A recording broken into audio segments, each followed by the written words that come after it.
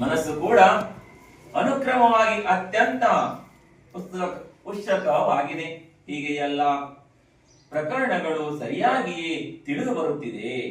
ನೀವು ಯಾವ ರೀತಿ ಎಲ್ಲ ತಿಳ್ಕೊಂಡ್ರೆ ಅದೇ ರೀತಿ ನನ್ನ ಮನಸ್ಸು ಸಹ ಉತ್ಸಾಹದಿಂದ ಕೇಳುವಂತ ಬುದ್ಧಿ ಆಗ್ತಾ ಇದೆ ನನಗೂ ಸಹ.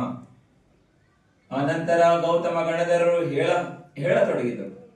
ಯಾರು ಎಲ್ಲ ಪ್ರಕಾರಗಳ ಜ್ಞಾನದಲ್ಲಿ ಸಂಪನ್ನರಾಗಿರುವರೋ, ಎಲ್ಲಿ 4 ವರ್ಣದ ಜನರು ಅತ್ಯಂತ ಪ್ರಸನ್ನರಾಗಿರುವರು, 4 ವರ್ಣದವರು, ಯಾರು ಧರ್ಮ ಅರ್ಥ ಮತ್ತು ಕಾಮದಿಂದ ಸಹಿತರಾಗಿರುವರೋ, ಯಾರು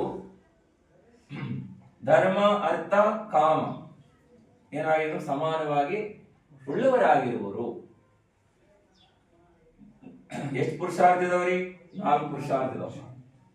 ಧರ್ಮ ಅರ್ಥ ಕಾಮ ಮೋಕ್ಷ ಎನ್ನುವಂತಹ ಪುರುಷಾರ್ಥವನ್ನ ಕೇವಲ ಅರ್ಥ ಮತ್ತು ಕಾಮವನ್ನೇ ಸಂಪಾದನೆ ಮಾಡ್ತಾ ಇದ್ರೆ ಧರ್ಮ ಪುರುಷಾರ್ಥವನ್ನು ಮರೆತರೆ ಮೋಕ್ಷ ಪುರುಷಾರ್ಥ ಪ್ರಾಪ್ತವಾಗ್ತದೆ. ಸಮಾನವಾಗಿ